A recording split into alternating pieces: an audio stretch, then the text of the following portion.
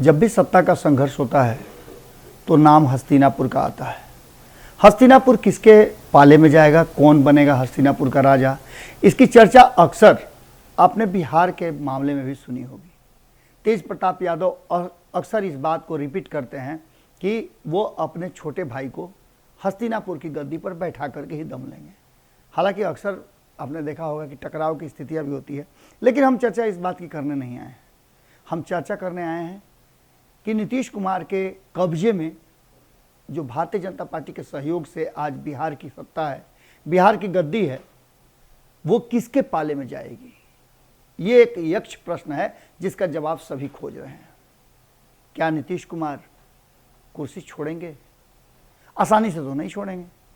तो आखिर होगा क्या, और इसके बीच में कौन कौन है दावेदार? उन दावेदारों के नाम लगभग आपने सुना होगा।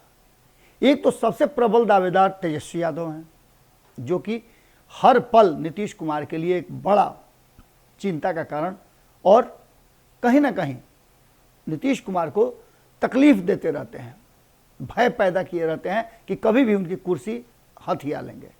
आंकड़ों के हिसाब से देख लें तो बहुत करीब तक पहुंच भी गए हैं, लेकिन अभी जब तक भारतीय जनता पार्टी नीतीश कुमार के साथ है ये संभव नहीं लगता है, क्योंकि भारतीय जनता पार्टी के पास साम दाम दंड भेद सब कुछ है जो बिहार की सत्ता के लिए जरूरी है।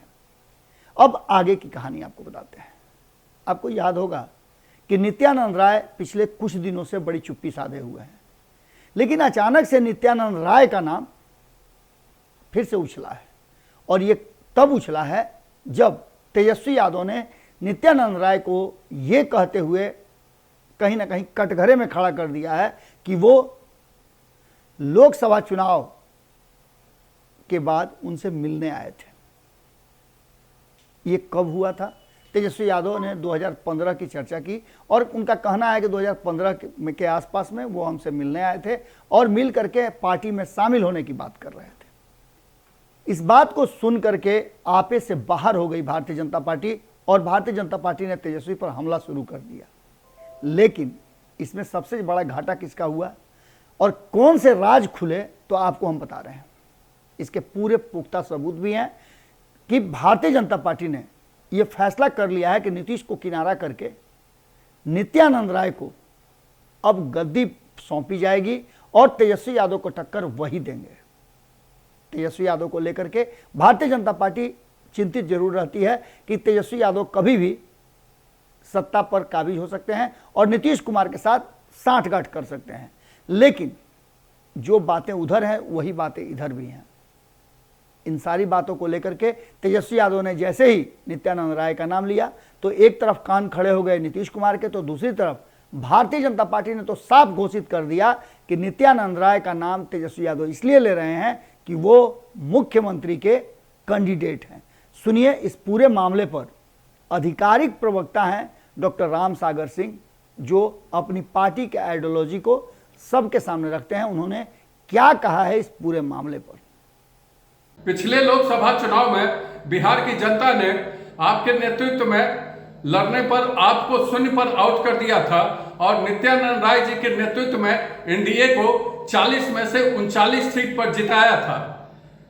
नित्यानंद राय के बढ़ते कद को और नित्यानंद राय जी के बिहार में मुख्यमंत्री के चेहरे के रूप में चर्चा से ही आप अपना मानसिक संतुलन क्यों खो बैठे हैं? हाल के विधान परिषद के चुनाव में 10 यादव बहुल क्षेत्रों में 10 यादव कैंडिडेट को आपने खड़ा किया था और सिर्फ एक पर आप जीते। 2 अल्पसंख्यकों को खड़ा किया और दोनों को दोनों हारे। आपकी लोकप्रियता दोनों समुदायों में घटी है और नित्यानंद राय और भाजपा की बढ़ी है। इससे आप घबराकर गलत बयानी पर क्यों उतर आए हैं?